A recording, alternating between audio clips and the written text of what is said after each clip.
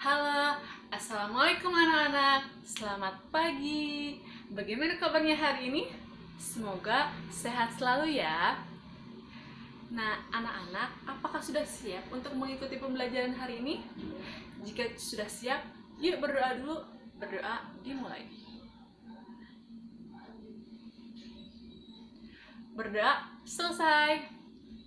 Nah, anak-anak, kemarin kita sudah mempelajari banyak hal. Ada jenis-jenis iklan. Coba ada yang masih ingat jenis-jenis iklan ada apa saja? Ya, ada iklan media cetak, ada iklan elektronik, dan ada iklan audio. Selain itu, kita belajar mengenai zat tunggal dan zat campuran. Selain itu juga kita mempelajari mengenai karya seni rupa daerah. Nah, untuk hari ini kita akan mendalami materi-materi tersebut, seperti ada unsur-unsur iklan, ciri kebahasaan iklan, lalu ada jenis-jenis zat campuran, lalu ada ciri-ciri karya seni rupa daerah dan fungsi karya seni rupa daerah. Dengan mempelajari materi tersebut, diharapkan anak-anak dapat menyebutkan unsur-unsur iklan, lalu dapat mengidentifikasi ciri kebahasaan pada iklan, lalu anak-anak dapat menceritakan kembali unsur-unsur yang terdapat pada iklan.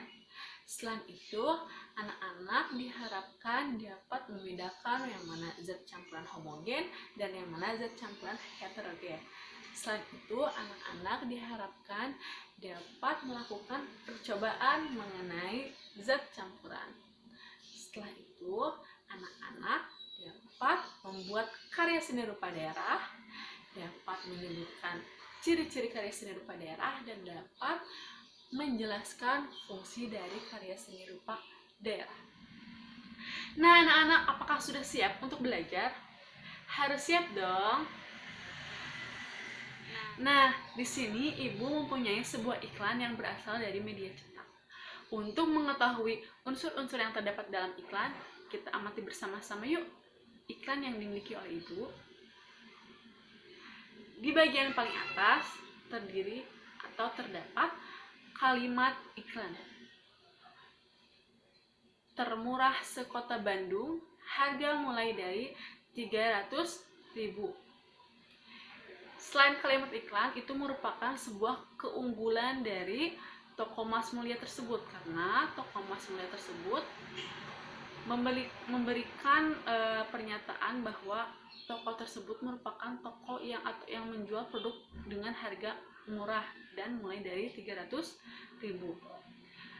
Selanjutnya ada gambar. Gambar di situ merupakan gambar sebuah emas batang yang memiliki motif batik dan akan menarik minat si pembeli karena terlihat sangat indah dan sangat cantik. Selanjutnya terdapat harga. Harga di sana ditulis oleh si toko penjual dengan kalimat harga mulai dari 300.000. Selanjutnya, yang paling bawah terdapat alamat. Alamat di sini mengenai lokasi dari si penjual produk tersebut, agar calon pembeli dapat langsung mendatangi alamat yang tertera. Di bawah alamat tersebut terdapat nomor. Nah, nomor telepon ini bertujuan agar si calon pembeli dapat menghubungi langsung ketika tertarik pada sebuah produk tersebut. Nah, sudah jelas bukan? Jadi, unsur-unsur di dalam sebuah iklan terdiri dari 7 unsur. Yang pertama ada nama produk, yang kedua harga produk, yang ketiga alamat, yang keempat nomor telepon, yang kelima keunggulan, yang keenam kalimat iklan, dan yang terakhir tentunya gambar. Jangan lupa ditulis di buku tugasmu ya, atau di buku catatanmu. Nah, anak-anak, dari iklan tersebut dapat kita ketahui bahwa toko Mas Mulia menjual belikan emas. Nah, emas itu ada dua macam. Yang pertama ada emas murni dan ada yang namanya emas campuran. Berbicara mengenai emas campuran ini terdiri dari campuran beberapa emas, perak, dan juga tembaga. Nah, hari ini kita akan mempelajari mengenai zat campuran atau jenis-jenis zat campuran. Zat campuran terdiri dari dua jenis. Yang pertama ada homogen dan yang kedua ada heterogen.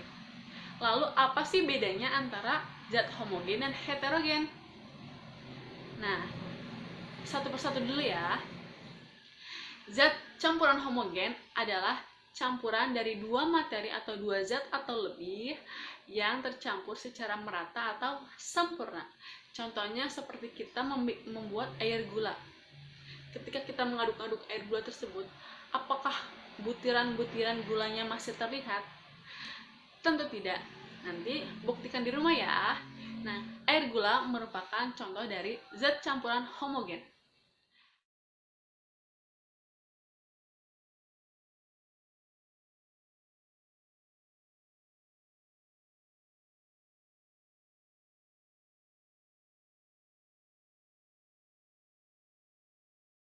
Selanjutnya ada zat campuran heterogen. Zat campuran heterogen merupakan campuran dua zat atau lebih di mana tidak tercampur secara merata atau sempurna. Contohnya itu ketika kita membuat campuran air dan minyak. Nah, dua zat tersebut tidak akan tercampur secara merata karena ketika kita lihat terdapat bagian minyak dan terdapat bagian air, seperti itu ya.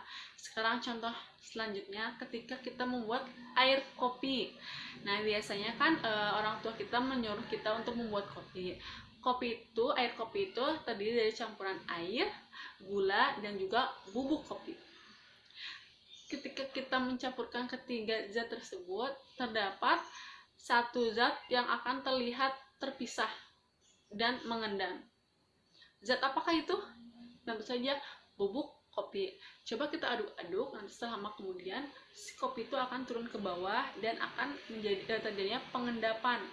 Nah, sehingga air kopi ini termasuk ke dalam zat campuran heterogen.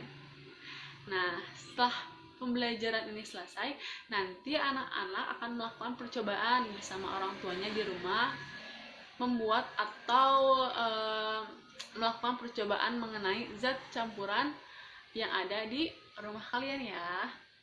Jika kita perhatikan pada cuplikan atau gambar iklan toko Mas Mulya, dapat kita lihat bahwa toko Mas Mulya menjual belikan salah satu emasnya yaitu dengan motif batik. Sama bukan seperti baju yang dikenakan ibu. Nah, batik merupakan salah satu karya seni rupa daerah loh.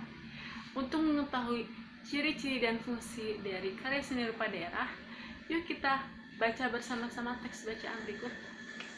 Seni rupa daerah adalah cabang seni rupa. Seni rupa daerah memiliki suatu ciri khas dari latar belakang sejarah suatu wilayah. Oleh karena itu, seni rupa daerah memiliki perbedaan dengan karya seni daerah lainnya. Karya seni rupa daerah dipengaruhi oleh corak seni tradisional dan dibuat dari bahan alam yang berasal dari lingkungan. Corak seni tradisional terdiri atas karya seni rupa 2 dimensi dan 3 dimensi. Karya seni rupa 2 dimensi berupa karya tekstil, misalnya kain batik, kain tenun, dan kain songket. Sedangkan karya seni rupa 3 dimensi contohnya ukiran kayu, keramik, dan juga patung. Karya seni daerah bercorak tradisional biasanya menggunakan motif yang bersifat turun-temurun atau selalu sama dengan sebelumnya. Daerah masyarakat pesisir pantai biasanya akan lebih didominasi dengan bentuk seni rupa bermotif ikan, gelombang laut, karang, dan kapal. Sementara daerah masyarakat pegunungan akan lebih didominasi dengan bentuk karya seni rupa bermotif buah, pepohonan, bunga, dan hewan. Secara umum, dapat kita lihat atau dapat kita baca dan dapat kita ketahui dari teks bacaan karya seni rupa daerah, terdapat ciri-cirinya. Yang pertama, karya seni rupa daerah ini bersifat kedaerahan. Selanjutnya, cirinya itu yaitu dipengaruhi oleh budaya dan latar belakang sejarah suatu wilayah. Dibuat dari bahan alam yang berasal dari lingkungan. Ciri yang terakhir, yang keempat, di paragraf kedua, kalimat terakhir kedua, corak dan motifnya dipengaruhi oleh kondisi fisik atau geografis suatu daerah. Di sini. Nah, bagaimana, sudah mengetahui kan ciri-ciri dari karya seni rupa daerah? Nah, sebelum pembelajaran berakhir, sekarang anak-anak mengisi lembar evaluasi yang telah disediakan atau yang telah dikirimkan oleh ibu melalui grup WhatsApp. Selamat mengerjakan.